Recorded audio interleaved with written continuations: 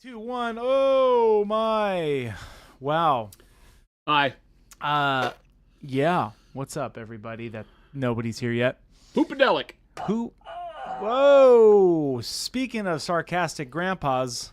We weren't speaking of sarcastic grandpa. Oh, I'm sorry. I have to adjust the camera a little because Jen and I were filming today. She's short. She's a little shorter. There we go. She's short, that one. How's that look? That looks good. A little bit more. A little bit more. I'm still high in frame. There we go. No, you normally see over the tops of these boxes. I'll see that. Yeah, like that. Just at the bottom of that light. Ta-da! Perfect. Look what I do for you, chat. Wow. Chris is the man. I hope so. Mo! What's up, Mo? That Chai Cat, what's going on? Welcome in, everybody. We are back and at it. We got Ray, Sarcastic Grandpa, That Chai Cat, Wad, Rattle Can, Sugar Right, Rush. Ray? He said nobody's here. I'm here. We're here. Now, we were a little late today, and that's okay. He was... That was Chris's fault. He was walking around the office. Chris nearly, and I'm going to say nearly, because as of right now, he has stated that Taco Tuesday is back on. It is back on, ladies and gentlemen. Okay. I moved mountains. That being the case, I'm going to say that he nearly ditched me this morning. I almost did. Walked into my office, head down, saying he had a problem, and his problem was that we can't do Taco Tuesday. I can't. And he couldn't. He was very, very like slippery pig in why. He wouldn't offer me a reason. He just said, can't do it, but we'll do it again some other time. Yep. It was one of those when people tell you were like, did somebody die?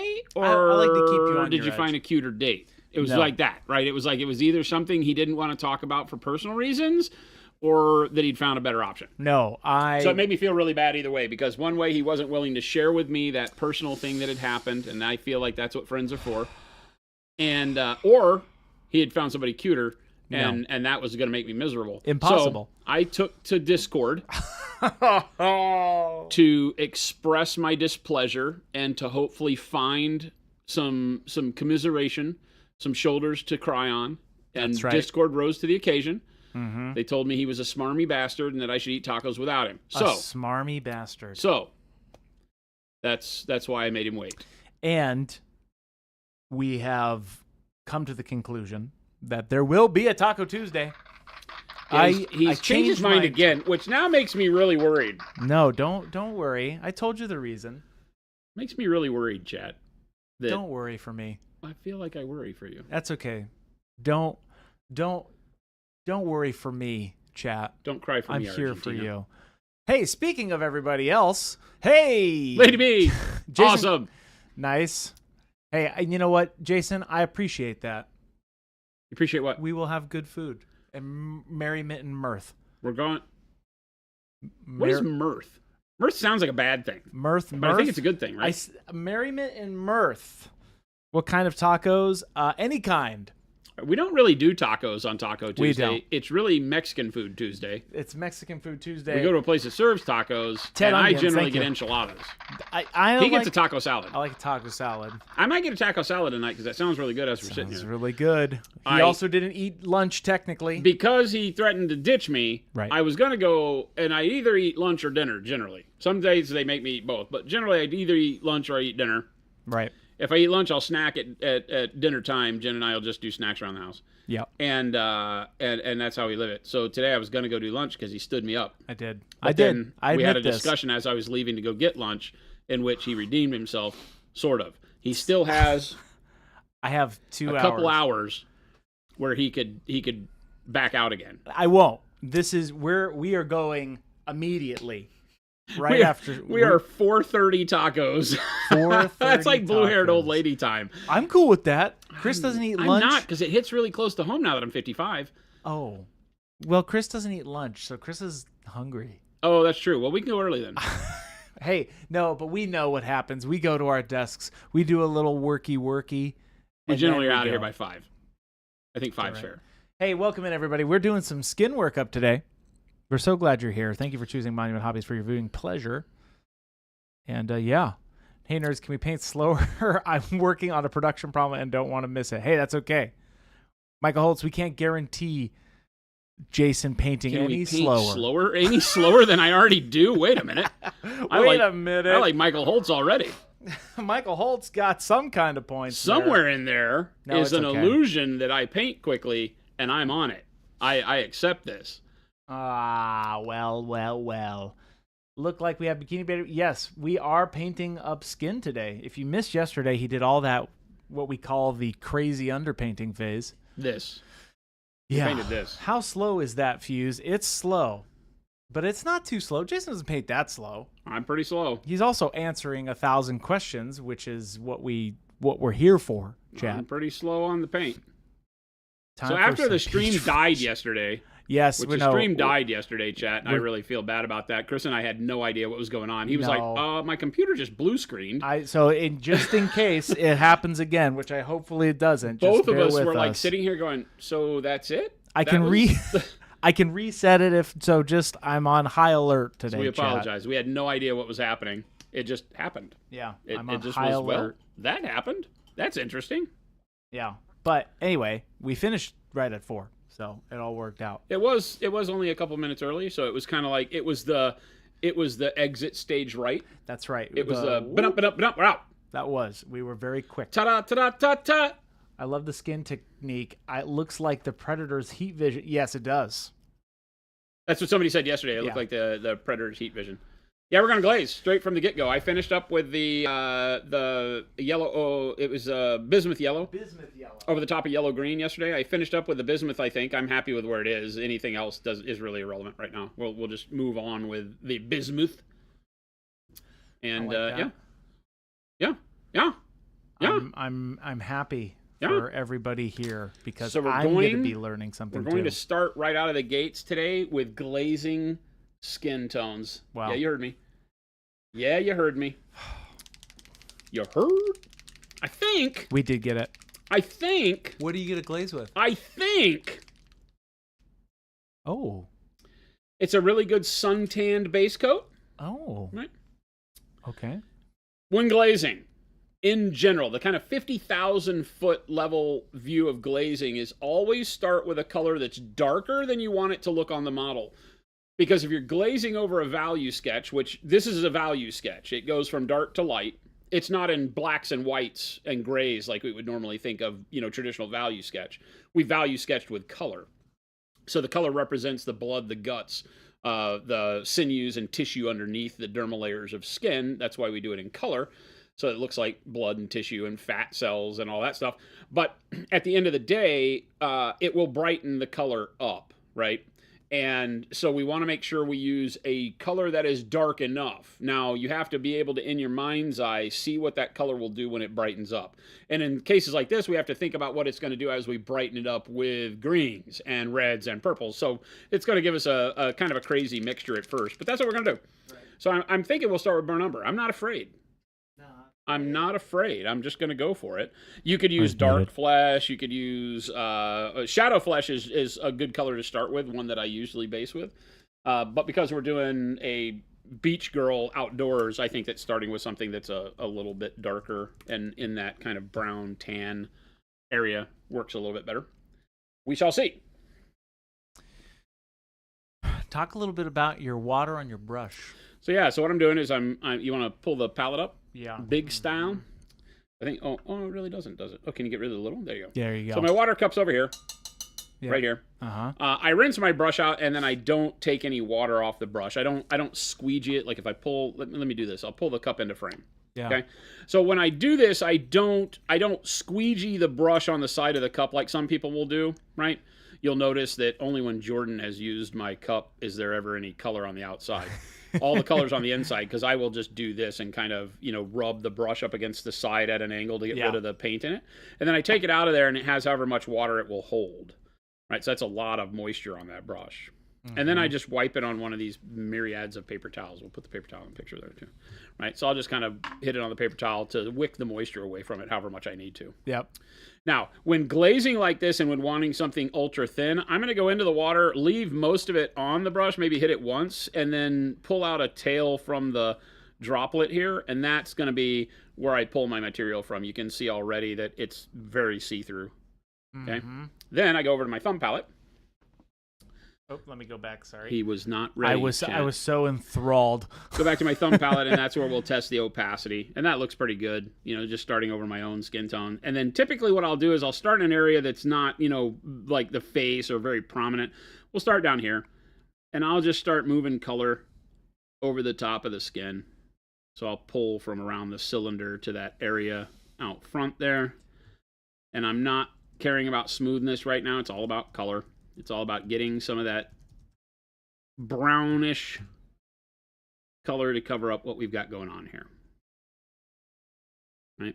Mm-hmm. So you can see immediately how I've started to darken that up. Uh-huh.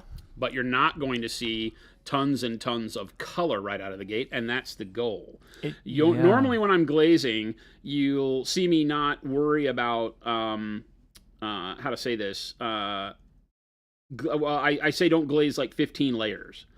When doing this underpainting, you're going to glaze like you need 15 layers, okay? You're going to wind up putting a lot more layers on here because what you're doing is kind of visually measuring the color with each pass on the model, right? So that you can tune it as you go. Because there's going to be a point in time where you get to the color you want, and any more layering over the top of that will bypass it, and you'll lose it. So, keep moving. When you're working with paint this wet, you want to make sure that you don't leave any open edges of paint. So across a cylinder for a leg, I want to be moving quick so that I don't leave any open gaps. Okay. You can see how watery this is. I'm using a pretty big brush, so I need to make sure I skate all that liquid across the surface pretty quick so it doesn't pool up. And then wick it away so I don't get any buildup anywhere I don't want it, like in the recesses. But there we've done the whole cylinder of the leg with one glaze pass. Look how wet it is. Yeah. But notice over here it's already starting to dry up a little bit. Uh-huh. Right. So you always start with less, just in general. That's what I've learned. Less opacity? Yeah. Yeah, 100%. I say it all the time. It's better to start with it overly thinned for opacity. So you've lowered the opacity quite a bit.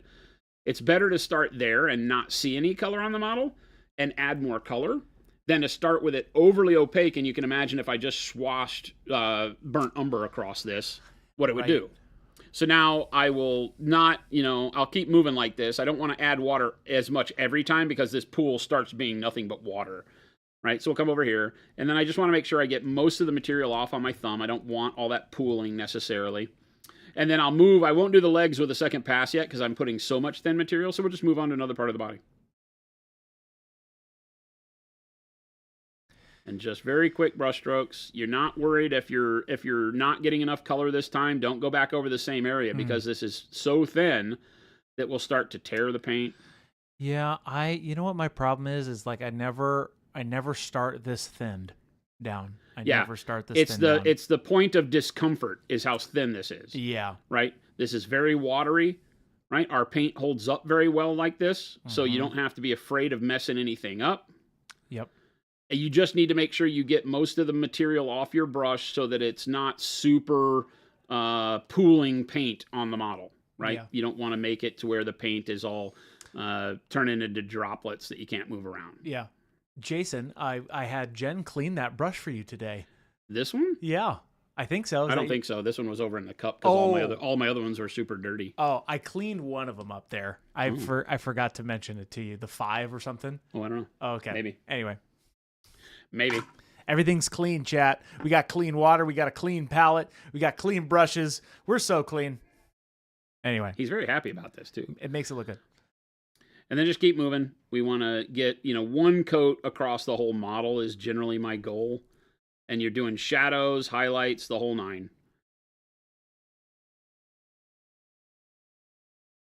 Heavy brush strokes, but I can only do heavy brush strokes because I took most of the moisture, wicked it off on my thumb. If I were to do this heavy a brush stroke, it would put a lot of material, a lot of wetness on the model if you don't take it off on a paper towel or your thumb palette. Right? I'm using things like the bikini strap here as a break point so that I don't have to do anything further than that up. Otherwise, I would leave a line. You'll get coffee staining when you paint this thin because the pigment will tend to float to the outside of any droplets that you create on the model. So you got to be careful. But this is working pretty well. Droth Vader says, interesting. So you're not wicking excess moisture on the paper towel, but instead your thumb. Yeah, I don't like the thumb. I don't like the paper towel with paint because it takes off too much of the color and it can leave you with like dried pigment. My skin won't do that. It'll just sit on the top, right? And so I'm not taking actual color off the brush this way. Well, I am, because you're putting paint on the thumb, so there is color going on my thumb, but I'm leaving equal amounts, or good color, we'll call it, on the brush as well. Does that make sense? Mm-hmm. Mm.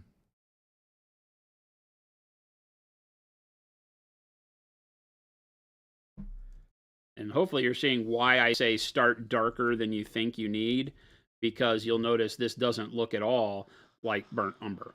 Right. On here. Yeah. It doesn't look like burnt umber, but...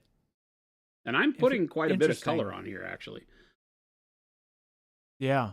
It's changing the yellow the most, but it is starting to... the camera may not pick up the nuances, but it's starting to bring a blended uniformity to all these other colors, too. It's starting to cloud the area between the red and the purple really well, just even on this first pass. Again, find ways to work around spots in the model, like maybe I dread to call it cleavage, but here in the back where the spine is, you can use that as a place to start and stop your brush stroke. Yeah. Right?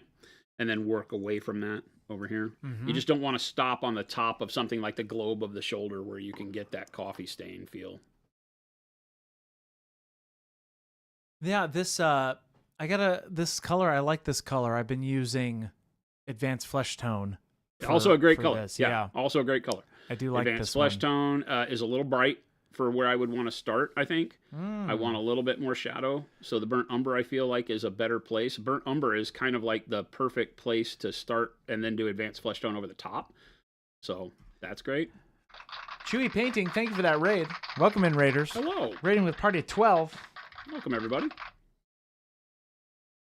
We are showing off glazing skin tones over underpainting. A great day to join us. This is the first pass of glaze with burnt umber from our Proacryl line on top of what was a royal purple to red oxide to yellow green and then into bismuth yellow basing of colors that gives us all the coloration of the blood and tissue and guts under the skin.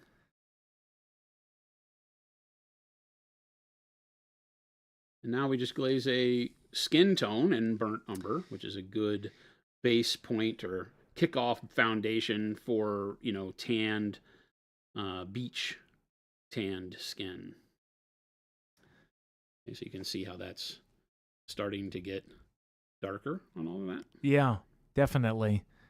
Yeah, that's that. You can see the difference between this area that we haven't done at all. Yep. Right?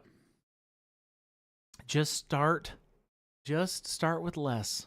I just have to print that on my face, tattoo it on my arm or something. Big Bob, I'm not bailing. I'm here. I am doing it. Always an issue when glazing is that fear that not seeing any color means you're doing it wrong. And you just kind of have to get over that and understand that this first pass is to give you a basis of where your color wants to be. You can, if this is too thin, like I said, be careful. Don't go back over the same area immediately because you'll tear the paint. If this is too thin, not giving me enough color, that's fine. Right? I can wait till it dries, then I can go back and not add as much water to my brush on the next pass, maybe. Really easy. But I'm in control. The thinner I go, if I can get used to controlling the moisture on the brush so that it's not really sloppy wet, because you saw if you get it really sloppy wet, it's hard to control where that droplet of water goes. So instead, just be careful. Take all that moisture off on your thumb palette or paper towel or whatever you're comfortable using. And then as you apply the paint, you don't get big uncontrollable droplets. You move it around. Make sure you don't stop on an open edge where you get coffee staining anywhere important, because that will start showing through your next layers if you're not careful. Matt has a question. So the brush strokes are kind of backwards from regular layering. Is that because it's so watery to avoid coffee staining? Question mark. How do you mean? Like when I talk about painting from where you don't want the color to where you want the color? I believe so. This is base coating. So this way we're doing it right now is like a base coat. The color's going everywhere equally. So you'll see my brush strokes are very haphazard because I'm moving pigment equally across the whole surface. I'm not caring where it stops or starts so long as it's in a fairly good overall coverage. Chewy's asking, are you both coming to Essen? I am not. I don't know right now. We're also there's so much that happens all at the same time. We are there. When is Essen? We are there. I do not know who will come. I know that Gabe is going. Philip may be going. I do not believe that I am going to Essen. And I don't know if I'm going to make it to Scale Model Expo because we have TwitchCon this year, and they are just now asking us, I believe, to do a larger presentation at TwitchCon. So I've got a meeting coming up to figure out what all is going on there and what to expect and what they need from us. And it may put us in a position where it has to be me there.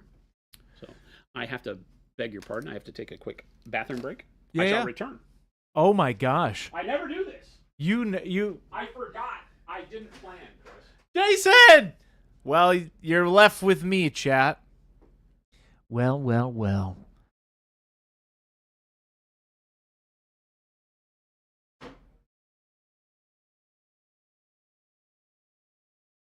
What's up? That's all you get. Don't ever say I didn't do anything for you, chat. Well, shit. Hey, thank you. Hey, welcome in, everybody. If you are just now tuning in, welcome. Jason, our fearless leader, has to step away to use the restroom really quick. That is a BRB situation. My name is Christopher, your local hobby too many projects man.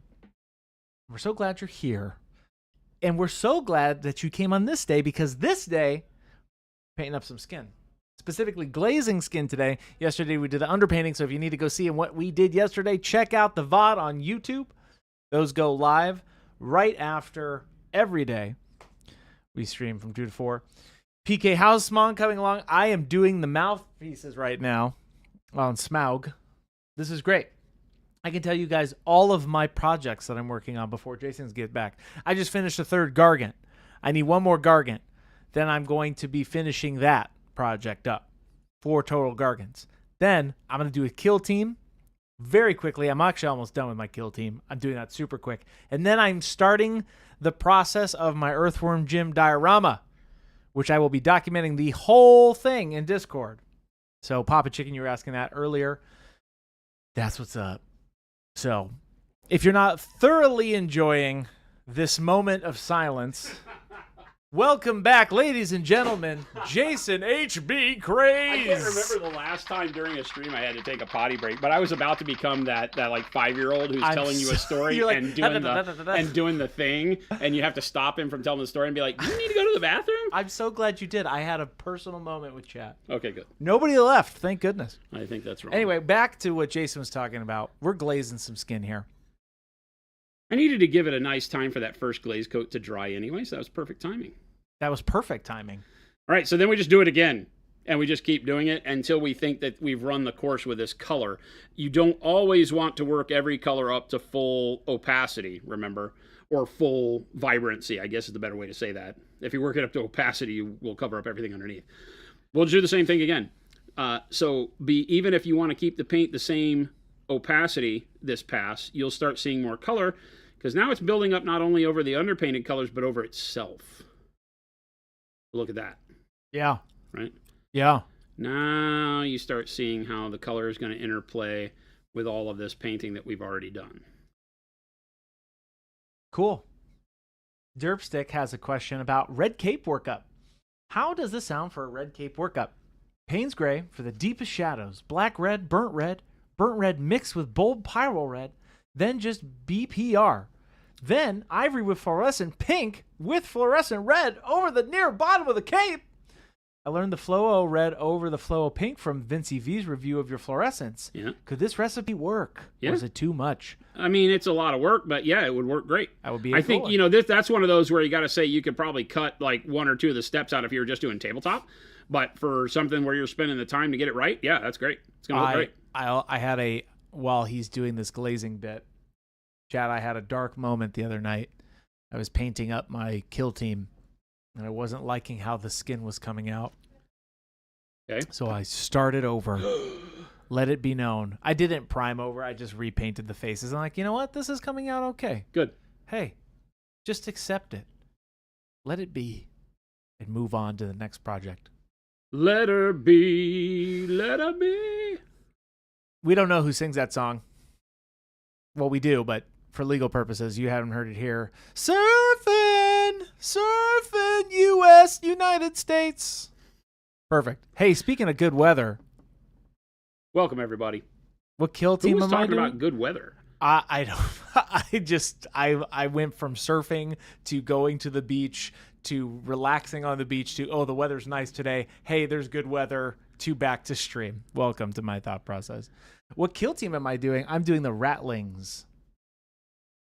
And I am actually more excited about him because I had to ask. He's doing Hobbits. I was because of course he is. I'll tell you, chat. I'm gonna admit this. I got into a hobby bum streak this weekend because I was upset how something came out. And then I had to check myself at the door and be like, you know what? I can redo this. And I had to get back in. So you have to, if you're not liking how something's coming out, pivot to something else. Like literally it happened to me this weekend. If you don't like how your project is currently, switch your project. I literally fixed my hobby. After watching this skin tutorial, I'm like, my skin looks horrible. I wanted this skin. And then I'm like, you know what? I can just start over and do this. And it worked out great. So don't bum yourself out. That's my TED Talk. That's my TED Talk. Inspiration to us all, Christopher. That's right. Hey, speaking of inspiration to us all, thank you, Avian, for those 100 bits. Couldn't hear that ear-piercing note, eh, Chris? Yes, the letter B. Yes. Avian, we appreciate you.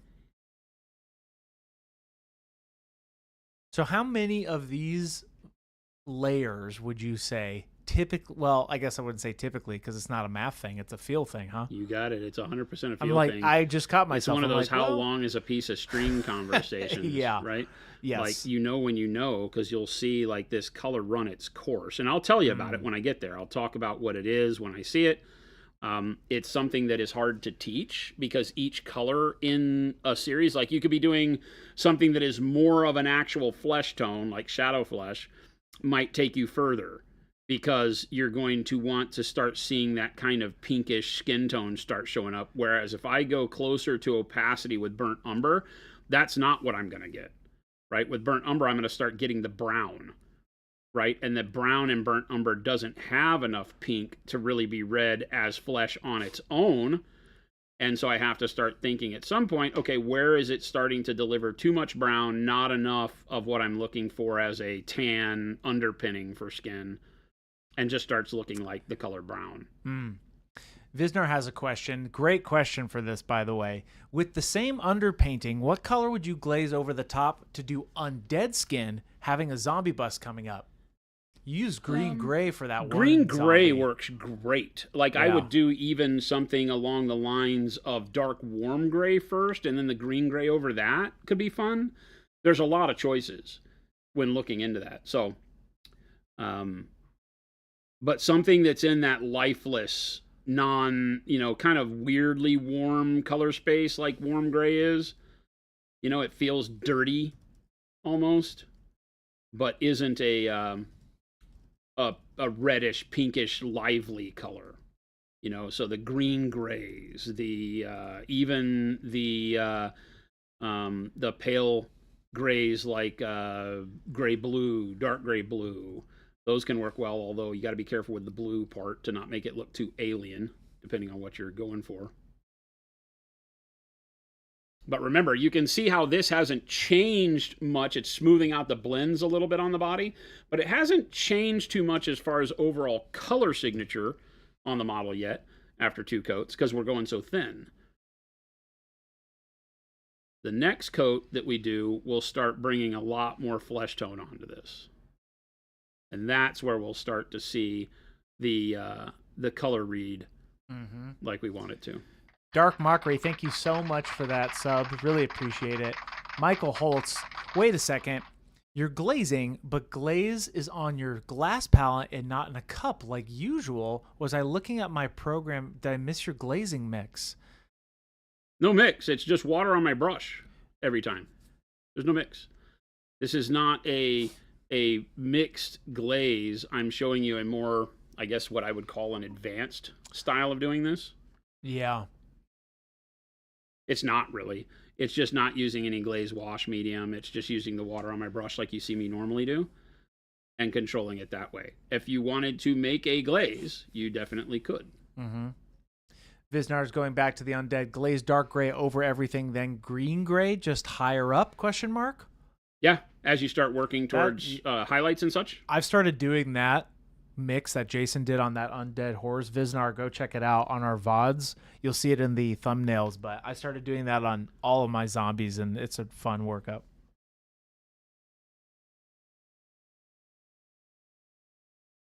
Papa Chicken says, would you shift... Hey, Chris? Oh, yeah. What does it sound like when you pop a chicken? Man, horrible. It sounds like the crunching of a bag of Cheerios, probably. Oh, man. Ooh, and I know you all just heard that and tasted that in your mouth. Anyway, question. Would you sift the underpainting at all if you were doing a greenish hue skin tone? Just picked up a Evil Druid model in 75 mil. It's fun to shift from typical Battletech. Yeah, Papa Chicken, bust to Battletech. Hey, Chris? Yeah. What does it sound like when you pop a chicken? I need a sound for that, and I need a different sound every time, so you know what? That's what it sounds like today. That's a duck. That's what it sounds like when you pop a chicken. That could actually be the pop a chicken sound, actually, now that we think about it. Oh, no. How? So, going back to his question, would you shift the underpainting at all if you were doing a greenish hue skin tone? Are you talking about like the Hulk Papa Chicken? Yeah, we've talked about that a lot. You know, if you're doing purple skin, would you continue to use the purple? If you're doing green, would you continue to use the green? And the fundamental answer is no. You would want to alter some of that because, you know, if you use the greens on here, I would probably just use the yellows. The greens won't read through a green glaze, so they don't have any purpose. The same way the purples wouldn't read through a purple glaze of skin. So at some point in time, you wind up in a situation where the color that you're underpainting is so close to the color you plan to glaze over the top that you don't gain anything from it. Right? Mm-hmm. So why do it? And it's a relevant and good question to ask. So what do you replace it with? Well, what does your green-skinned model bleed? You know, does it bleed red? Then keep the reds. Right? Does it bleed blue? Then put blue instead of the purple. Works really well. Right? Yeah. I think this technique definitely like opens up my eyes of like, okay, this is a good foundation, right? Now I kind of want to try every skin tone with this foundation just to see how it comes out. I tell everybody that this works for every skin except for purple and green. Yeah. And probably red, right? Any skin tone that includes one or all of the colors that we've used here. What about an olive green flesh like Super Mutant from Fallout? What color would you use here for a olive green? You could do like a... Again, I would get rid of both of these greens. Well, I would get rid of the yellow green and just use the bismuth yellow underneath it. And then, with green skins, I like blues like we did with Hulk. When we painted the Hulk. Works really well. Yeah, we're giving her a reverse sunburn, Terrence. This is the most extreme burn case from the sun, and we're seeing us do healing skin grafts on her. Yes. We are bringing her back to life.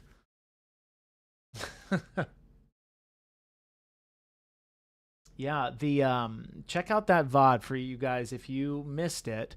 Going back to what Jason was just saying, he did this same technique but with different paints and styles for that undead horse. Yeah. And that was, let me go back and check really quick. It Couple was. months? It feels like a year ago, doesn't it? Maybe. You can go back to April 4th. Oh, okay. Yeah. Is when he started it. Yep, April 4th to April 14th. He did a whole undead skin workup, so check that out. It's a really good I really one. like the way that horse turned out, too. And that was a random coincidence. It gave us a really good kind of pale, greenish, grayish, Yeah. you know. Emerson, what if you just painted it in black and white and then just a single glaze in each section? Wouldn't that do the same gradient effect? But you lose the color. Right? The black and the white with a flesh tone over it is not lifelike. Right? The whole point of this is to give you all of the colors that exist under your skin. This is what we're working towards. Not necessarily my skin tone, right? But you see the greens, the yellows, the purples, the pinks, all of that stuff that is in skin.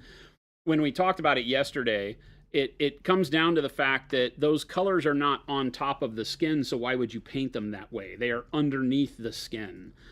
And so why wouldn't we figure out, this is my teenager brain working way back in the day, asking these questions as I was painting 35th scale military models, right? Is, okay, well, why wouldn't I paint the blood and tissue first? Like, if, you know, I was trying to figure out, like people were showing, you can glaze the red on the cheeks and stuff. And I had no idea what that was all about. Right. And so I started doing it, and I was like, this doesn't make sense. It looks like, you know, because I wasn't great at it, it made it look like spilled grape juice when I would try to glaze purples into shadows, right? Like, that's just not how skin works. The color doesn't sit on top of the dermal layers of the skin. It's underneath. So how do you pull that off, right? Yep. What do you do to make it look like there are all of those meat colors underneath the skin? Yeah. Well, you do this, right? You paint all those meat colors first, and then glaze the skin tone over the top of that. Yeah. And then this is a great question. Mudadib?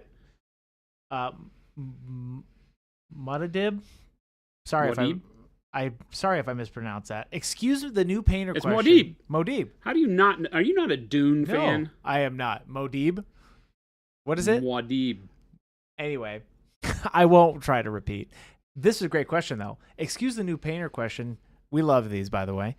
But with this technique, is underpainting basically doing all the highlighting and shadows beforehand? So when you're done with the glazing, you're done? ? Love the vids. It plays that part if you do it correctly, right? Because we are doing twofold here. We're creating a value sketch, which is brightness and darkness, although you won't have all the brightness and darkness here. What I've done is I've also used these colors to show me where these colors are, where the flush nature of skin is, where the yellowish of the fatty nature of skin is, where the purplish of dark shadow and veins and things are. So it won't do all of the highlighting for you this way. I'll have to go back in and highlight the model for its volumes, its true shaped volumes, like the highlight on the breast and the butt and the stomach and all that. I've given myself a guideline here. Yeah. But I will have to work my colors correctly in order to pull that off as we move. Great question. Bud says, yeah, that was not a new painter question. That was a great process question. So thank you for that. Yeah. Bud, will you be doing the same technique on the hand with the surfboard or just get it close? No, I'll do the same thing real quick. It'll be easy because her whole arm to the watch is here and it's literally just the hand. Oh, yeah. Right. Gotcha. So I'll do the same thing.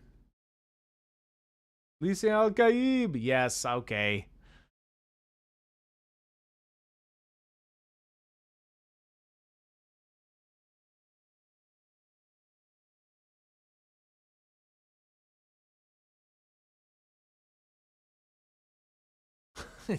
She looks like she hasn't worn sunblock. Yes, she's definitely seen some sun, Jack. Jack Not So Nimble. I like that name. That's fun. So I would be remiss if I didn't tell you that this, if you're looking at this and you're like, hey, you know what? I would really like to try this on a model. Maybe you've got a bust lying around. Maybe you've got, like a barbarian or something in a GW scale that has a lot of skin that you'd like to try it with. This is, if you are comfortable with airbrushing and filtering with an airbrush, this is made hundreds times more simple with an airbrush. Yep. With an airbrush, I could do everything I wanted to do with this burnt umber in 2 passes, I would say. Right? So whereas I'll do 5, maybe 6 passes on this model with this burnt umber, maybe only 4. And we just did 2. Yeah. And we're making good progress. Right. I'm starting to have skin develop over the top. We're getting these. Terrence Watkins says, "Quick tattoo at the end?" ? Give her a tattoo. We might. I thought about that. Like, how can we make this model not just a boring, bikini-clad woman on the beach? Yeah, we're doing a lot of freehanding on the surfboard. We could do some on her too. Yeah, the surfboard is what really drew me to this, because I'm like, oh, this is great. This would be great for a skin tutorial, as well as, doing some really fun stuff with freehand on the surfboard graphics and things like that. Yeah. Yeah, I was looking at more as like a big skateboard, where we could have some fun that way. So we'll play around with some freehand on the surfboard, and we might be able to do a tattoo or two. Yeah. And Rattlecan, the reason why we didn't use the airbrush is because not everybody has an airbrush, right? And we wanted to make sure we don't disclude, but airbrushes are an amazing tool. So it's not about we're not doing it on purpose. We just wanted to show you it from just having a brush in your hand. The problem with doing a process like this via the airbrush is that 99.9% of the people that watch it will think they have to have an airbrush to do it. And they won't learn something in particular. I find that in cases where I'm trying to expose advanced techniques to people, no matter what level of painting you believe you're at, that it's much easier to do something like this and do it all brush and show you that, oh, okay, I get it. This is what I have to do to make this happen. And then tell you that, oh, and if you then, you get used to it, then you can make this even easier with an airbrush. Yeah. But you don't have to feel like, oh, I have to have an airbrush or I can't do anything like that. Because that feels bad, right? If you feel like things are locked behind, I dread to call it a paywall, but think of it as a paywall or a skill level wall to some extent, right? Because you got to learn the machine, you got to feel comfortable with it. Not everybody's there, not everybody cares. It's a little intimidating for something like this. But somebody might say, oh, you know what? That's rad. I could pick up a brush and give that a shot. Even if you don't know that you could pull it off, it's less daunting to just try. Yeah. And for me, I'm more excited to have you just try. Yep. And see what you come up with than anything. So... Yep, that's something that That's why we asked yesterday. I mean, look at that. Now we're starting to see the butt cheeks now actually have some skin tone showing up, right? They're still very red, but you can imagine like a darker Middle Eastern skin. You can start seeing that. We'll go through this layering of color where it feels like darker flesh, and then we'll start lightening it up. Yeah. Yeah, the idea is that obviously airbrushes are amazing tools. They're a tool, right? If you've got one, 100%. Great. If you don't, great. Just give it a whirl. But yes, if, Zilfer says, highly recommend an airbrush to anyone who doesn't have one. 2 boxes of intercessors cost more than a basic airbrush start. That's the other thing. If you got a lot of models, for sure, obviously a bust is one, right? But if you're painting an army, I mean, your life will change with an airbrush. It's a big one. And they're not as scary as they might seem to a beginner. And that's coming from me, who tried a bunch of airbrushing as a beginner, and I just dove right in.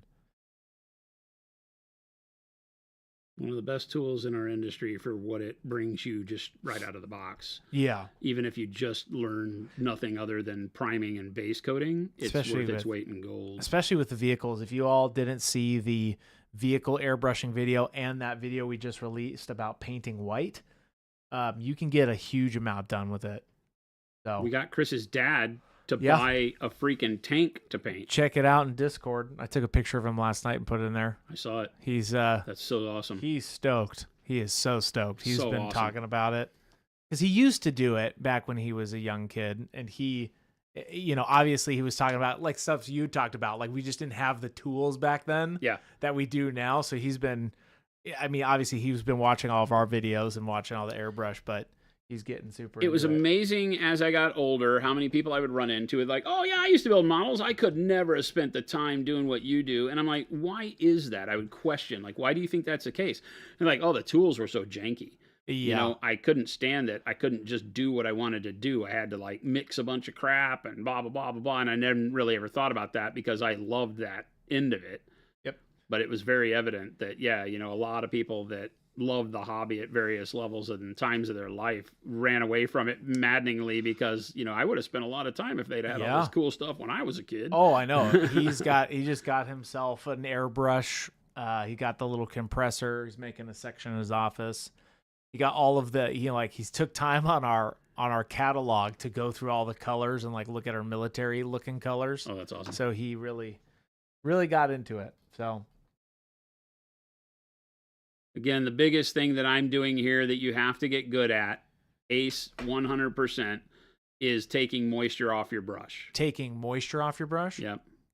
You have to be able to control the level of moisture that is on the brush as you go to apply paint to the model. If you do not, you will be left with big, splotchy areas of wetness that carry pigment that will cause you infinite levels of problem. Right? So by the time I'm done glazing a project like this, my whole, thumb is just brown. You look bruised on there. Oh, yeah, 100%. Like if I ever go in and we're you? glazing with a lot of purples and stuff, it's a joke. It makes it look like, we'll go out to dinner tonight and I'll be like, catch it out of the corner of my eye and be like, ah, what'd I do to myself? So now I'm doing this in a little bit more deliberate manner. I'm starting to get to the point where the color is right. I mentioned I'd talk about that. I'm at the point where a burnt umber won't be useful for another coat, right? You can start to see that any more burnt umber on this, and we start turning her burnt umber, right? Because now you're starting to see that color. Look down the front of the leg. Yep. Right? Yep. So I don't want to continue on with burnt umber in many cases. I might, like down here across this highlight, I might blend that in just a bit more right across that bright green to set it up better. I like that. But I'm not going to do any more burnt umber on the lower section, I don't believe. I'm really happy with where this is. Maybe a little bit on the small of her back because I've got a little bit too much of the bismuth yellow showing there. Yeah. And the Terrence is asking, the end goal is Caucasian skin tone, correct? Yeah, I think so. You kind of can see the progression of darker skin too. Correct me if I'm wrong, Jason, right? I guess if you were doing different skin tones, I guess the underpainting would still remain similar though, correct? Oh, 100%. You can see, like right now, like I mentioned before, like I could stop this and have this be like Middle Eastern, South American. I choose colors like burnt umber because they aren't racially specific. No color is, right? I mean, it's a trope that we call each other white, black, brown, whatever, but everybody's just different shades of brown. So if you start with a darker brown, you can go pretty much anywhere. I'd be hard pressed to turn this into a good African skin tone because I didn't start dark enough. And a point of note here is if you're doing like African or what we would call black skin, when you start getting into a darker Middle Eastern, darker African, darker South American or Islander skin, you wind up needing to kind of forego the underpainting. You can do a little bit of it with the purples and the reds, but the brighter colors just get soaked up too dark. So you're typically going to work your highlights in over the top and let that be the case. In darker skin, you don't recognize except for on the palms, sometimes around the ear and cheeks, and depending on the complexion, it can be in other areas too. But you'll wind up with those fleshy, fatty tones of the green and the yellow that we get showing up there, but typically not across the rest of the body. It will show yellowness in the cheek area and things like that in certain skin tones, but you're usually better to add that in as you work up your highlights on darker skin. You'll feel like you've wasted your time with the bright colors on the underpainting when doing colors like that, because that first topical coat will be so dark, right, that it doesn't show a lot as you progress. Blood Walrus says, thanks for the advice on underpainting the pale skin yesterday. I took a couple of deep breaths, put some paint on the model. I think it looks pretty darn good. Blood Walrus. Love to hear That's great. Put paint on the model. Poop Tempest. I've always loved saying that name. Do you have I know there's 12 million videos online about this, but do you guys have a recommendation for starter airbrushes? The one that fits your budget? That's the way we say it a lot of times. There's people of you'll get as many answers as people you ask on this one. Mm-hmm. It's been a point of contention amongst hobbyists forever. I've always said it like, get what you want to afford at the beginning. Go as high as you want. I'm the kind of person that I kind of want to buy quality if I've told myself that I'm going to do this, because I've learned over the years that by missing out on quality, you might cause yourself problems 100%. in the learning process. So there is that quotient. So you could be like me and say, okay, well, I want to spend, to the top of my budgetary ability. Yeah. There's also things in my life where I'm like, you know what, I'm going to Harbor Freight and buying that tool to see if I even know how to use it and if it works for what I'm doing. 100%. And then if it does, then I'll get a better quality one. Yep. Because there's a world where you can buy the Masters airbrush for $99 or $125 on Amazon that comes with a little compressor, airbrush hose, and some crappy paints you'll throw away. And you can have that airbrush be your backup priming brush forever. I've got people in chat, I'm sure someone in chat will say, I've been using my Masters for like 5 years without a problem. Yeah. For base coating and airbrushing, or for priming and base coating, it works like a champ. They're made with cheaper quality components. They wear out quicker. That's where the money goes as you start paying more and more and more. It becomes less and less about anything unique about the brush. There can be like the throw of the trigger that's more easily controllable, the feel of the brush, the heft of it.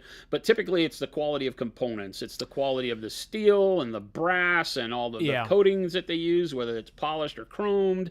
You'll find that you get better quality as you move up, more attention to detail in the manufacturing process, tighter tolerances so you don't feel it grinding against itself as you pull the trigger, better valves and components that last longer.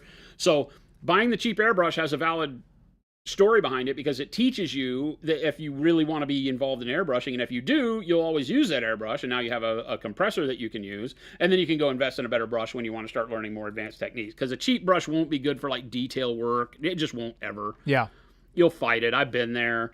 You'll get something that's like, it's almost like what I'm seeing on the internet, and then it falls short every time, and it's just because of the quality of the brush. Michael says, I started with a Master off Amazon and in 8 months switched to a Harder and Steenbeck Ultra. Awesome. That's one my dad just bought, and I tried it out. It's actually really good. Yeah. It's a really basic beginner one. I mean, it's a very basic machine no matter whose you're buying. Yeah. So it's all about quality and price. Yep. What the quality versus the price is and where you find value in that equation. Like I said, I know lots of people who use the cheapest airbrushes on the planet do great work. Yep. So it's just up to you. I will tell you, like I mentioned, that there is a point where you won't be able to learn in a quality manner without a quality tool. Yeah, that's a good way of If putting you've worked around any type of tool in any trade, most tradesmen will tell you the same thing. Yeah, you buy the tool once. You're not going to buy a cheap table saw and expect that all your cuts are beautiful if you're wanting to be a woodworker. Yep. Right? It's just not the way it works. There's a point of sacrifice where it's like you can have cheap, good, or quick. Pick two. Yep. So what do you want? I'm a fan of best value for the price I've spent. And that means different things for different products. Different for cars than it is for paintbrushes. I don't expect to throw my car away, but I do expect to throw my paintbrush away. So, it just depends on what you're looking at. That's kind of like what you said with the Dauntless, right? That's why we have that. 100%. Yeah, the Dauntless brush was meant as a brush that doesn't feel bad to use up and be done with. Yep. You should be able to look at that's what I'm painting with right now. I should be able to feel like after it starts feeling like I got to cut it and trim it to be a stippling brush or a basing brush or whatever, that it's like, oh boy, this was a great brush, right? Because it got me everything I needed. Did all the workhorse work that I mean, look at this brush is glazing perfectly. Yeah. And it's a low cost synthetic brush. Yep. So we can design at all levels, and I like to have options at all levels. I really like that. This has now, that red has turned into this really nice glow right under the butt cheek and the back of the leg and under the ribs, where we're starting to feel the dimension of the body. So the skin is starting to take place. Yeah. Take root. Speaking of airbrushing, how important is a compressor? I'm considering getting a new brush, but a better compressor should be first. There's so many air compressor out there. Make sure you have a compressor with a tank. And if you have a compressor with a tank, I would say that, like anything, it's very frustrating to have to purchase it multiple times. Yeah. So buy the quality you can afford. I will tell you, if you can deal with noise, the best way to go is something from like Lowe's or Home Depot, like a pancake compressor. Yeah. A Craftsman's, and I don't mean brand Craftsman, but a Craftsman's finishing nailer compressor, the kind that woodworkers will take on job sites to do all the trim work and panel work in a house. Those are really great. They typically are a little less noisy, but if you can run it into another room or put it in a closet, if you have that as a capability, then that's where your money is best spent. We, for years, have used, hardware style compressors. The one that we use in the studio right now sits in the conference room, unfortunately. Well, it's a low decibel one, though. Yeah, and it's meant for finishing nailers. It's meant, that world is what does silent compressors really well at high quality, because it's made for tradesmen, right, who need to go into a house where people may want to have better control of noise, right, because they're at a point where the house is almost finished or is finished. People could be living in it, and they're just going in, taking care of final trim work, cabinetry, things like that. And so those are made to be quiet so they can haul it around by hand with them as they go room to room. I mean, heck, I went to Harbor Freight and I got their cheapest low decibel one. It's really cheap. And it has a tank too, right? It has a tank, a 1 gallon tank. A 1 liter or something. Yeah, and it's great. Yeah, so I wanted it for that. I think the Harbor Freight compressors are where I send most people. Yeah. Unless you just want a brand on it, because the reality is most compressors are going to be made in one of about 5 factories.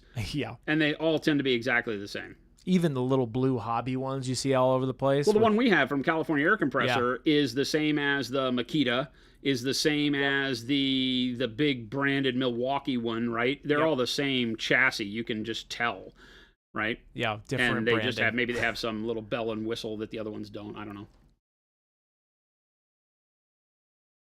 All right, so after 3 layers, this is feeling pretty good. Yeah.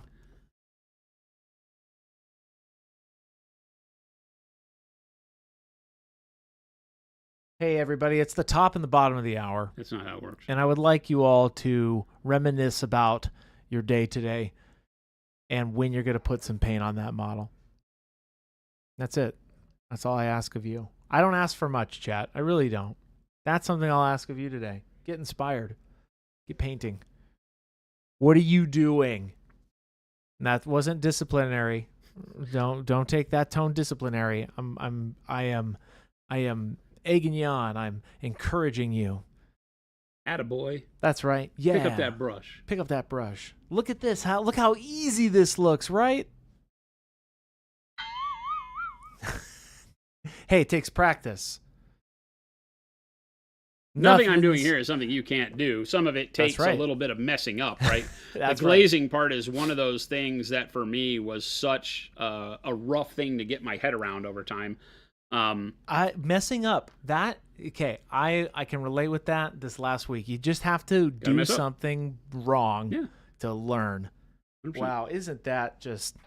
You could give me a Nobel Peace Prize for that one. No, you gotta mess up, chat, to learn, which is actually real advice. But you don't want to intentionally mess up if you don't have to. But, well, it's that whole what separates pros from amateurs is that the pros has failed more than the amateur has tried. Oh. I like that. Right? That's deep. Yeah. And that's where you find your stride, is in all those mistakes. You know how look at that. See how look at the small of her back and top of the butt cheeks. This image right here. If you'd told yourself just a few minutes ago that this was all red, purple, and green, would you have believed it? Rewind it. That's because what happens. Look where we're at. Look at how my skin tone with that bismuth yellow looks up closest to the sun, and how we look as we move down into the shadows. Right? Burnt umber is a lovely color for this. I might switch. I might make the switch. It's giving me a really good vibe, and like you mentioned earlier, I could shift to any skin tone right now that I wanted, outside of ultra dark. Yeah. I've spent all this time. I don't want to go over it with a darker color now, if I can avoid. It's gonna come to life in many glazing layers, but it's coming to life. Yeah, everybody get that brush out. What are you doing? I love how you've turned this into like a call to action. This is a call to action. If you aren't painting, what are you even doing? What are you even doing? Well, probably working or taking care of my family, or I could think of a million things that you're doing right now that's not painting, and that's okay. But when you have the time and you have that beautiful free moment to put paint to model, you get in there and you get down and dirty. You like that, chat? You're welcome. He's talking dirty to you now. You get down and dirty. Rattlecan, it amazes me how this transformed right in front of your eyes. It really does. Like, you can blink and you're like, oh shoot, this is skin on this model now. Where's the green? You know?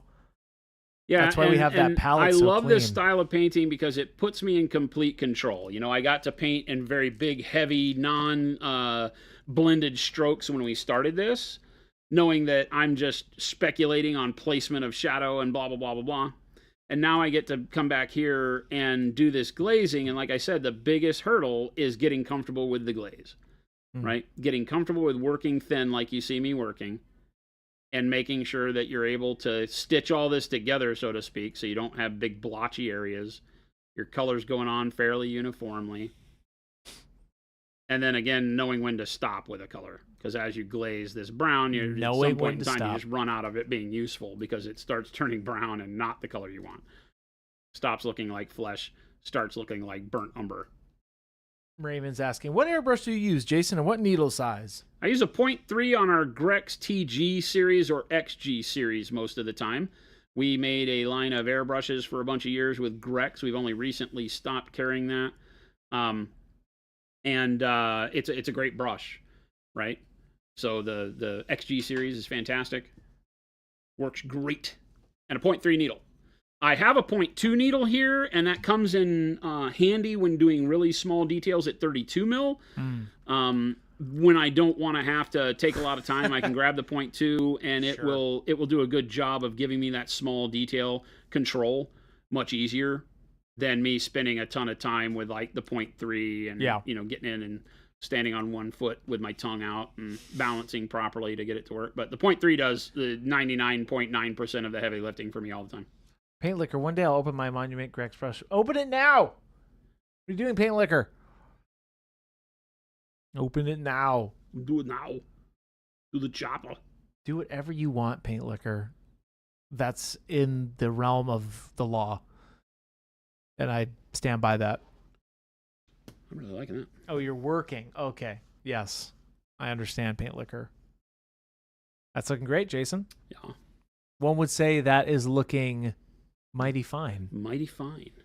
Like a hot summer day.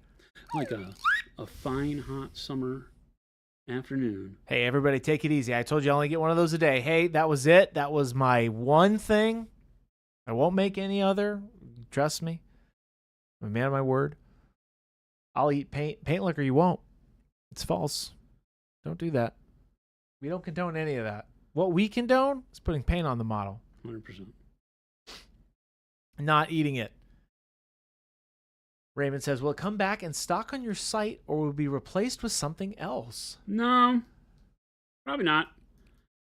There's a trend in the airbrush world where everything's moving in a downward spiral of cost, right? We have better and better brushes at cheaper and cheaper costs, and it becomes something where us with a third-party partner stops making as much sense to do because it builds cost into you. I'd rather have you go buy the Grex XG. We called ours the Monument XG because it's the Grex XG. So if you go buy a Grex XG, same swappable parts and everything, and you get a better value as a consumer. There's a point where it was great value at the beginning. We got to do enough different with the brush, and then when that value starts to go away, it's like I don't feel good doing that. I can just tell you to go buy a harder and Steamback, go buy a Grex. That's what we were doing until there's some point where I make my own airbrush. Heck, what you could do is you could get a plastic straw, right? And you can mix it. With bag acryl. Well, no. So, okay. Right. Everybody calm down. Is this where we're heading? I have a great idea, and I would like to try it. Bag acryl? No, we go find a really, really good... Are we talking about bag acryl? No, we're not talking about bag acryl, that product that you made that's releasing in 2054. So, if you wanted to move into more of a pinkish tone here, you could. Right? Okay. Shadow Flesh and Advanced Flesh Tone are about the same value. Okay. Right? Advanced Flesh Tone gives me more of the feel of sun-kissed Yeah. tan. Yeah. Right, because it has more yellow to it and less pink, but it still does have a fleshy pink to it. Yep. So we're going to go with that. Now, what I was saying was we go find a really high quality like sprayer, like a plastic spray bottle or a glass spray bottle for like chemicals, right? Or like cleaning. Like a spritz bottle, is that what Yeah. you're saying? And then thin the paint down and then spritz it on the model? We could see if we could do that. We pay this man. It's a shame. I would do it for thing. Science. Get it like just the right ratio of don't water. Act like we haven't done that before. Have you done it? I have done it. Really? Yes.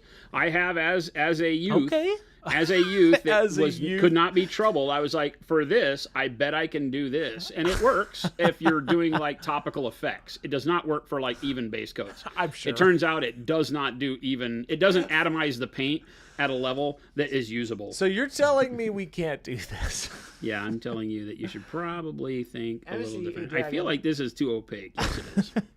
I bought oodles of stuff to begin my painting adventures last year, all of which is Monument Hobbies. Awesome. Love to hear that because I love your stuff and I'm a shill. However, in that time, I have only really painted 3 or 4 models for my board game. How does one get the will to paint? Am I at the weird crossroads where I realize that I need to paint to get skills to be better, but my work discourages me from pushing forward? I want to paint. You feel me? I know exactly what you're feeling. I think everybody in this chat just said, I feel called out, right? Because you just spoke to what's inside every single one of us as miniature painters. We're in a hobby that is very collectible, right? Meaning that we all have more models than we'll ever paint. I think that's true, right, chat? Raise your hand if I just talked about you. If I just called you out. 100%. Right? And so we're always looking at more stuff that we've invested time and effort to achieve because you had to work to get the money or borrow from your parents or whatever you had to do. Yep. Right? To get the stuff. And you've got it sitting there and you feel bad for not painting it because you really love the painting, but sometimes nothing speaks to you. And the first thing to say is that's okay. It's fine if you don't want to paint. Right? Yeah. What I always say, though, is that if you want to make sure you do not lose the passion for painting and the hobby, then make sure you're always doing something hobby adjacent in that free time that you would try to paint. Yeah. Listen to a book. I have a lot of ebooks, or go read A White Dwarf or something like that. You know, go find something that feels like it's hobby adjacent. Talks about, you know, whatever. If you're painting Space Marines and can't find any inspiration, go read a Space Marine book. Right? Make sense? Yeah. That's kind of where I tell people that I go to. I find inspiration in other things. I listen to audiobooks in my short drive to and from work every day. I'm listening to a book called The Devils right now. Yeah, you were telling me about that book. It sounds intriguing. Yeah, great book. It's I'm getting to the end of it, and it's been a great book. It's a little, you know, like I mentioned, it feels written for Hollywood, so it's a little over the top in its presentation, and maybe less so than it should be in its character development for some of the characters and such. But it's good. It's been really good. But what it does is it puts me in that fantastical mindset, right? Because it is escapist at its finest. A lot of people right now are listening to Dungeon Crawler Carl. Yeah. Right? They're going to make a Dungeon Crawler Carl cartoon, I hear. Really? Yeah. Like an adult cartoon? It'll have to be. Yeah. But you know, it's because it has one of the main characters is a silly cat with sunglasses that isn't possible to do with CGI for the amount of time that cat's in the movie. So okay. You know, but yeah, so a lot of people are doing that, and it's good escapism. It puts you in the mindset to know that, you know, I can still break away, find pleasure in my fantasy world, and then somewhere along there you'll get that inspiration, I hope, to come back and pick up a brush. You know, if you're doing Dungeons and Dragons, painting models and board games and things like that, like you're mentioning, then just listen to something that's adjacent to that world that gets you jazzed. Yeah. Let me go back up. Emissary, I hope that helps, but you know, something that I've done is eliminating the how do I want to put this? Eliminating the need to have a model be a certain quality at any given time. Where you know, obviously if you're like really trying to paint something really well and like really good, then do that. But sometimes you don't have to do that for every model. Like I literally am going through this with my kill. Find a palette cleanser. Yeah, I literally am doing it through my kill team, and I'm like, you know what? I'm not gonna get crazy with this right now. I'm just gonna get it done, and just be done with it and feel accomplished. So it's not going to be my best paint job, but that's okay. Accepting that, whatever I'm trying to say there. 100%. We talk about that a lot with regards to lower your expectations. Find a project where it doesn't have to feel like work. Yes. Because I find that that's what takes it out of me the most, is when I feel like I'm laboring over this and I don't know why. It's like, oh God, I just had a day of work. I stared at spreadsheets all day. I don't want to sit here and make my hobby feel like that's what I got to do too. It's not work. Yeah. So, you know, as cliche as that might sound, I think that's one of the biggest truths is find a way. We've all, like I said, we've all got enough models that it shouldn't be a big deal to go grab one you don't care about and try something new on it. Try underpainting flesh like you see me doing here. Pick up a model and paint a Space Marine head that way or something, right? Just start playing around with color. Do fun stuff on something that doesn't have any expectation tied to it. We're in a hobby that it's not, you know, rocket science or brain surgery. Nobody's life is at risk. Yeah. So pick up a model, try something new. As Chris says, just put paint on the model. Yep. Have some fun with it. Don't overthink it. Yeah, and literally let it be what it needs to be for you that day, and don't feel bad about it. Don't feel bad if you don't wind up with a project you feel great posted on Instagram. Who cares? Is that going to change your life? No. Oh my gosh, that's looking so good. Yeah. Zilfer says, do you prefer paint straight from the bottle or thinned for good edge highlights in the heavy metal style? I always thin with just the water on my brush, and so my brush is fairly dry. It's just moist enough to help the paint draw up when I'm doing edge highlighting, so that, you know, whenever I'm doing I don't do the heavy metal, you know, but when we go through and we want to do, you know, edge highlighting, the white blue on this was done where it's just, you know, out of the bottle with a little bit of dampness on the brush. I want it to make sure that it has the kind of opacity that lets it grab in one stroke. I don't want to do that line 3 times. You know, we're having to do 4 coats or 3 coats of the base glaze, and I'll probably do 2 or 3 of every color that I glaze on here. And you don't want to be doing that with edge highlights on a Space Marine. It feels bad. Feels bad, man. Both are great answers and helpful. I need to do some work and practice and change my mindset around the hobby for sure. I put pressure on myself to do it for literally no reason, and then the idea of picking up the brush feels pointless. Yeah, definitely. Yeah, it becomes work, right? It's like, why? I want it to be fun. Yeah. Right? There's times where I'm like, oh my gosh, I really need to go do this. And I'm like, but why? Do I? Yeah. I don't. I don't have to do anything. I can sit at home on my butt and play video games. I don't have to go to the office on the weekend and paint anything. The world's not going to end. Yep.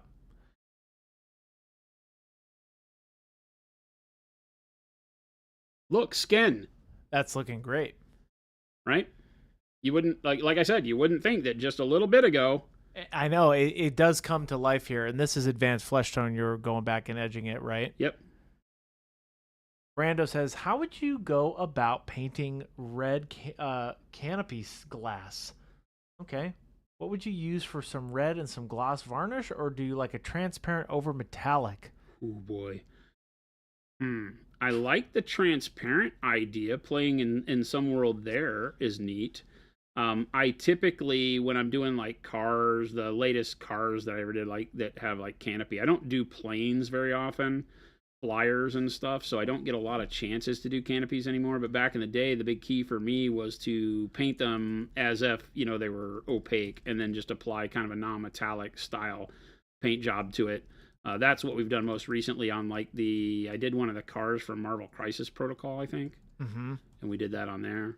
And so that was kind of my goal with it, is to treat it like a non-metallic, you know, just do the windshield with those shiny metal style colors. And you can do that with anything. If you want to make it easy, I like the metal with the transparent over the top. That'll give a really neat look.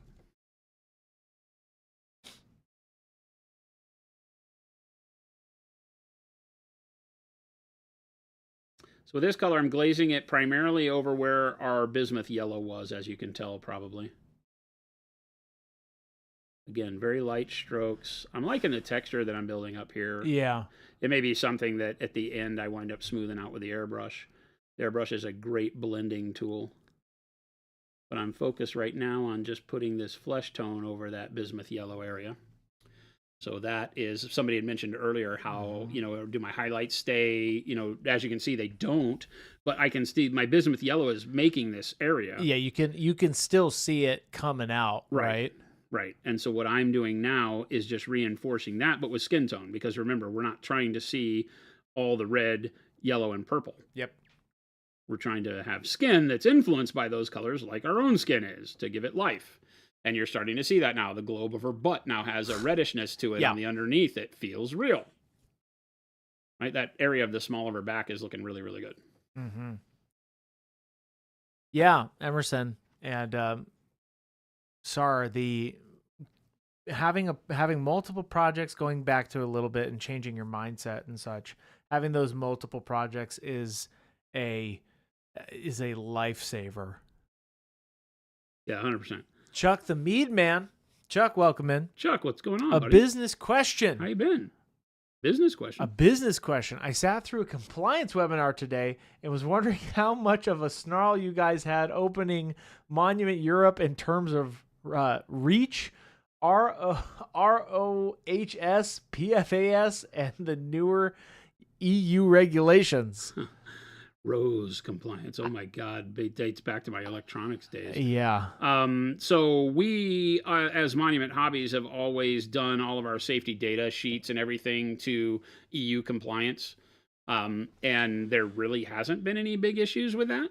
The biggest thing with EU that we have been keeping tabs on, in a big way, is all the latest compliance stuff with regards to having all consumers need to be able to make sure that products they buy in the EU have an EU contact.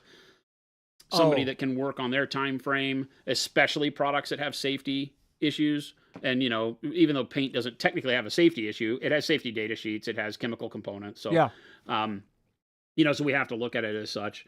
And so there are some things where we've got to make sure, and that's what made it easy to do the French corporation, right? Mm-hmm. We're incorporated in France as Monument Hobbies EU, and that made it easy because now we are compliant with all of that. We have a European contact for anybody that needs to contact Monument Hobbies. Yep. So yeah, that becomes tough. We've had a lot of people that we've talked to in the industry that have just had to stop selling in Europe. Yeah. Huh.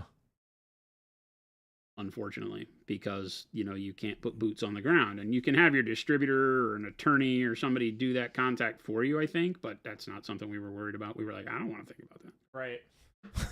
Nibling, the rattle can varnish is getting here today. Nice. Any advice before I use it? Not really. We have that video where I show you priming with it. Shake it well. I love the matte. I matte varnish literally every project when I'm done with it. It's just a weird, beautiful satisfaction for me too to lock it all in. It's almost like my way of saying this project's done. I know that's not really a technical use. I know that's more of a metaphor thing, but that's how I do it. Oh, it works. Lock it in. Oh, speaking of locking in, Law Dog, Tech Elf, thank you for those subs. Thank you.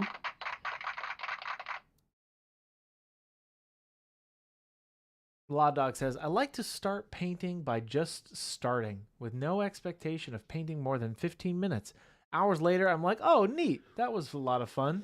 100%. When I come up here on the weekend, sometimes like this last weekend, was it this last weekend? No, it was the weekend before last, maybe? Weekend before last. Weekend before last. July 4th. And, I had the kill team. I had the Sting Wings. And I was just ready to see some progress. I was like, I'm going to go put models together. And I just told Jen, I'm going to the office. I'm going to do some painting and model building. And so we did. And, and I got 11 models built, or is it 12? It's 3, 6, 9, 10 Sting Wings and a drone. And so I built 10 models. And then I was like, done. I didn't know where I was going to get on that Saturday. I was just like, you know what? I'm inspired to push my hobby forward. I don't know what I'm going to do, but I know I have these models I want to paint. I want to go play Kill Team with my friend Blake. We just reconnected after the years. I hadn't seen him really since COVID, and we went out to lunch, and he was doing the Kill Team at a local shop. He's teaching people how to play, being the community driver on that. And I was like, that's freaking awesome, man. And so I was like, I will do this. And so, I picked it up. And so that was my only driving factor. It's not that I woke up that morning and said, I'm inspired to hobby. I was like, you know what? I have this thing that I would really like to go do. Yeah. But in order to do it my way, I really want to have good models. I don't want to borrow Blake's Kill Team. I want to go play with my models. Yep, 100%. So I came up here, built models. And by the end of it, I'd built 11 models and was ready to blow my brains out because I hate building models. But I was like, you know what? That's a big accomplishment for me. Yeah. And I went home satisfied. And then the next morning, what it did is it made it to where the next morning I woke up up and said, I'm inspired to paint models. Yeah. And so I came in and knocked some progress out on my Vespids that day. I got to where they were, I mean not done, but they were damn near done, the bodies and stuff. And so now it just went on to details. And that was a lot of fun for me. Yeah. And that's not something that I always am inspired to do, because I paint and I think about paint and I talk hobby and do hobby, every day of the week. But there I was, and I was really enjoying it. So it worked well. That's great. Yeah. So for everybody, it's going to be different, but don't force it. I've had conversations with people you wouldn't believe where I've said this. I've said, you can't force it, man. You really can't. People in the industry that you're like, wait, they have the same problem I do? And I'm like, we all do. Yeah. 100%. We all do. We all run into that situation where it's like, I just don't feel inspired. The hobby's not making me want to go out and do it. And it can't. You have to. Yeah. You have to inspire, like, you can get inspired and ride the high when it comes, right? Once you just get started, that's what I found. Once you just get started doing it, you'll fall into a rhythm. I literally was experiencing this with the rattling backpacks yesterday. I'm like, okay, there's a million things on these backpacks. A million. And I'm like, you know what? I'm just going Wait to a minute, paint. are you saying that a GW model has too much stuff on it? And it's halfling size, so they're all small. And I'm like, there's a little sausage on this, which is actually dope, by the way. So if you look, I was actually going to take a picture of this for you. On an ammo can, there's a grilled cheese sandwich. Yeah, you told me about that. It's awesome. So anyway, you just take it one step at a time. That Chai Cat, are you guys going to be at LVO in October? We will. I won't. Jason will. Monument will be at LVO in October.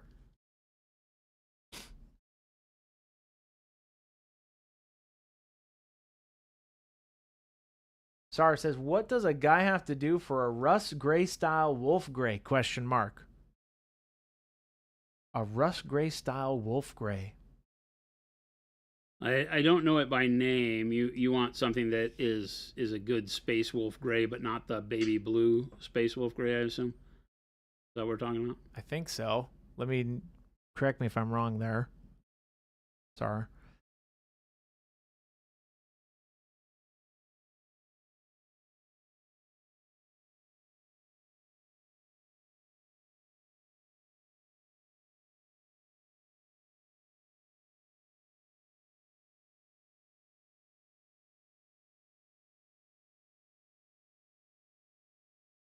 Oh, you can really start seeing it come to life with that. Oh, more like a color match. I'll have to look up that color. Sorry, let me see. Oh, boop. The more I do this, the more I'm really liking her as a brunette. Oh. So I'm thinking she's going to be a brunette. Okay. The box art's blonde. Oh. Beach bunny blonde, and I'm like, now I'm thinking I'm liking brunette as I move along the model. Wolf gray.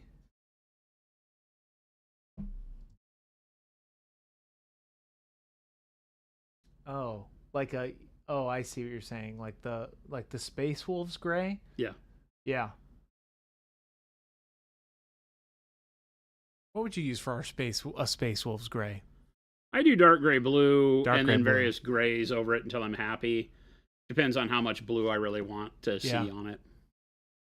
Yeah, you really can start seeing this. The power of glazing. Mm-hmm. It's still very messy. Punch in real close.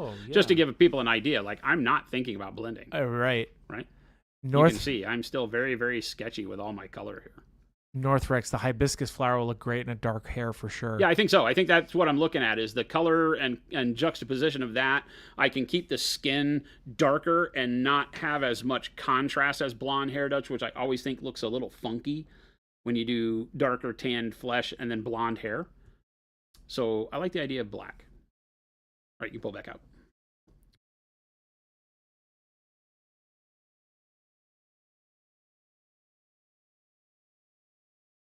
Again, I'm just using advanced flesh tone right now.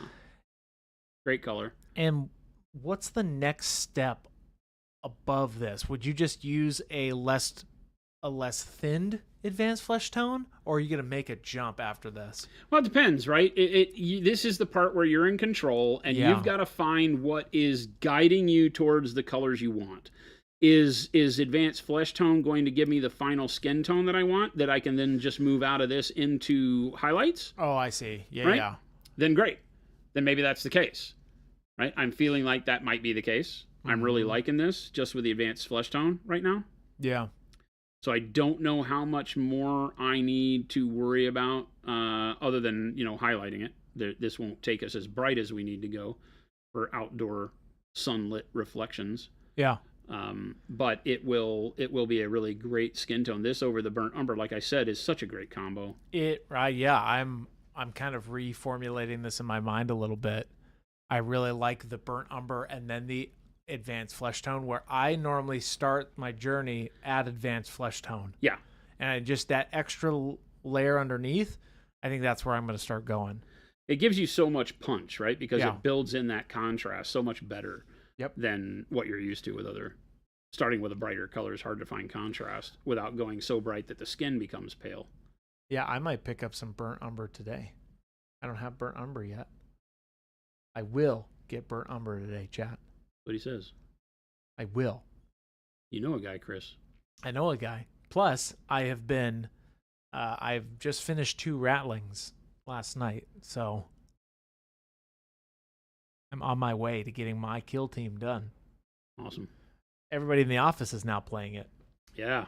Should be Blake fun. was just asking me last night, like, how many people do you think you have? Well- and I go, well, I think we're probably up to like 8 or 9. Alex just bought mandrakes too. Oh, that's awesome. Yeah.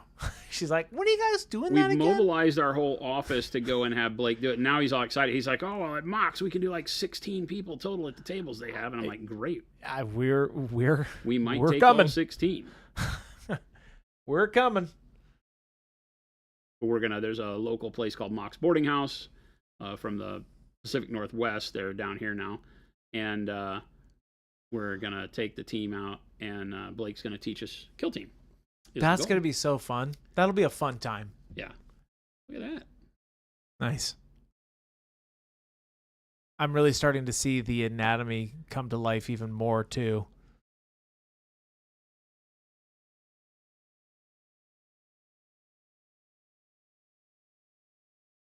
Again, just finding a way to seat this color inside the last color that we did. I'm using these kind of sketchy brush strokes because it allows me to place the color without going too deep into it.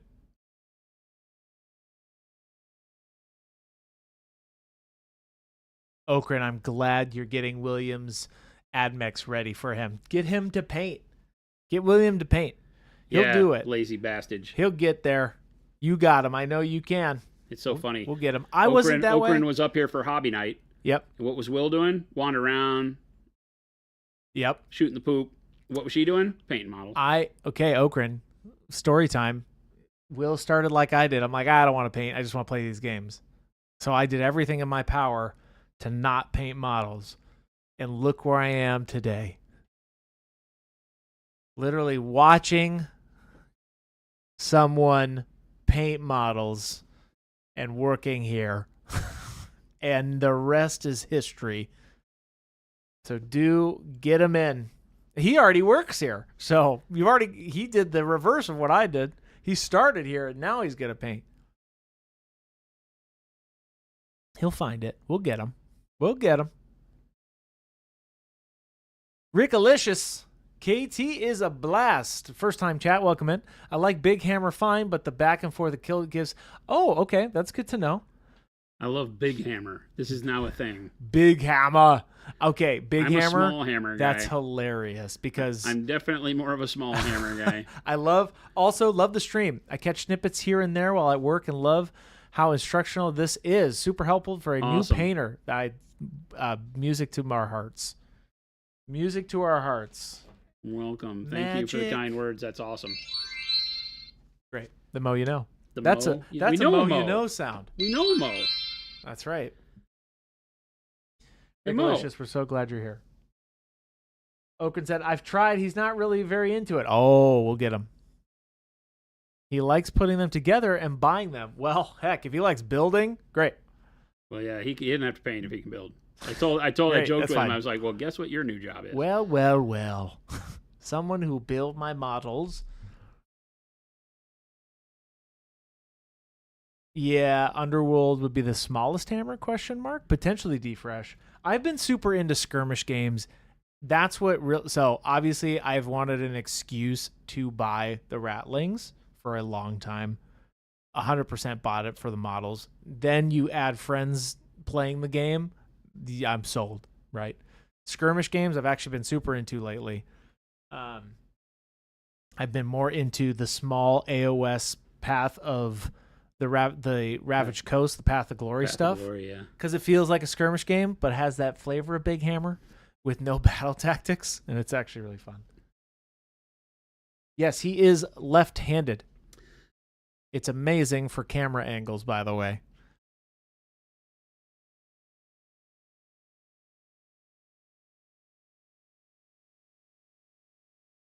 Somebody mentioned earlier how my brushstrokes were kind of all over the place early on. Now we're beyond that. Now we're into the brushstroke makes a difference. Yeah. Pulling paint to where you want it, because now I'm having to leave shadows as shadows, right? I'm having to leave like the darkness underneath the roll of the breast here, and pull color up. So my brushstroke needs to make sure it starts in the shadow and moves up towards the top. And every bit of the model I have to start thinking of in that way. So now we've got skin tone, like legit near done skin tone up top.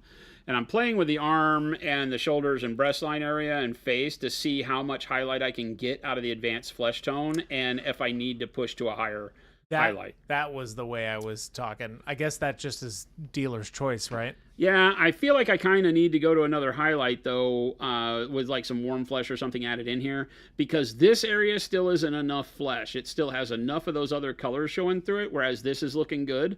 So I'm convincing myself that I need to push it further, because this can't be left the way it is. There's still too much of the yellow and the red and the purple and stuff showing off down here. So we've got to continue to work this up into flesh tone, sinking that underpainting a little bit further each time. And then once we get there, then we'll build the highlight up on top, because the highlights I'm liking on the arm area, but I just need to have more color down here. You learn very quickly that, you know, where you've got the underpainting showing through too much.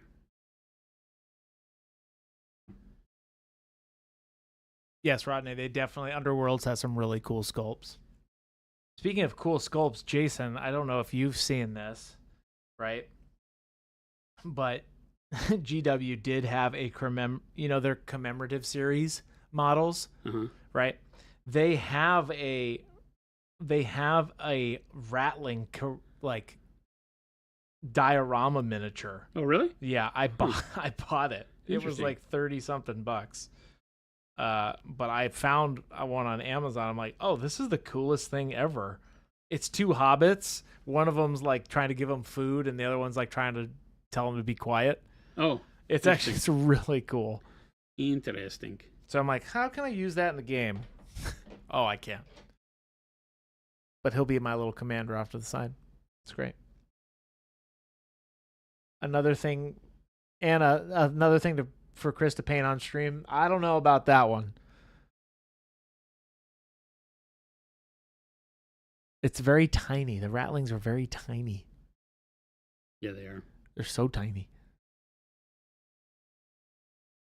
Rattlecan says, no tan lines. She must have sunbathed in Noosh. Oh, I'm sorry. I totally messed. Oh my gosh, Rattlecan. I murdered your joke. Yikes. Let me repeat that. No tan lines. She must have sunbathed in the Noosh. I thank you. I apologize profusely. Chris is a paid professional. Don't try this at home. That was pathetic, that first attempt. I'm here. This at home. Welcome in, everybody. We're so glad you're here. It is the top and the bottom of the hour. It is 3:40 p.m. What? 3:40? Here in Mountain Standard Time, Arizona. Mountain Standard Time is not a unit of... Oh, no. Mountain Standard Time is a unit of measurement. It is not an oil company. It is not a unit. We are painting flesh. Flesh as in skin. Skin as in the stuff on your body that covers up all of the under parts of your body. The biggest organism of the body. I think that's true. Don't quote me on that. I'm not a scientist. I'm just a guy who paints models and films people painting it. Organism. You like organs. Like an organism. Like the thing you play. An organism.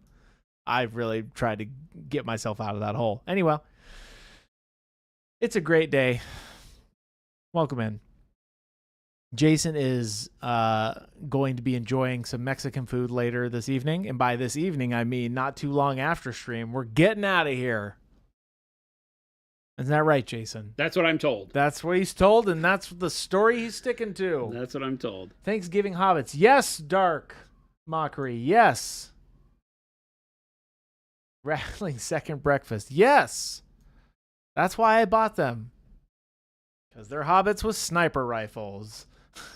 What else do you want, world?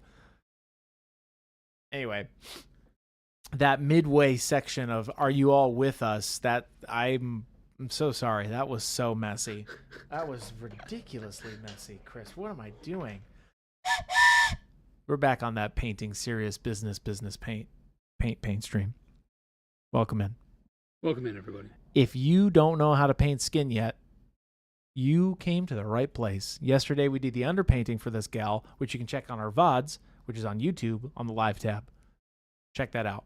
And little known tip for all of you newcomers, you can always see the progression of the project we're working on in the live tab on YouTube's thumbnails. I take progression pictures of every model we're working on. So if you want to know where to start, I typically take that picture at the end of stream to show you what we did on that stream. The more you know. We're very organized here when we mean to be. When we need to be. The other times, nah. I know Chris might be a little bit undiagnosed dyslexia, but that's okay. Everything written, a little bit better. Go check it out. I'm very organized when it comes to that stuff. Click those links. All of our videos have VODs also. These are little nuggets that I put for you guys. I think about you. When you go to our videos, you can always see the VOD of where I took the snippet from, so you can watch the whole thing. Because we don't edit the live stuff, because it's live. So if you'll never miss a point in the process, so you can never complain. That's our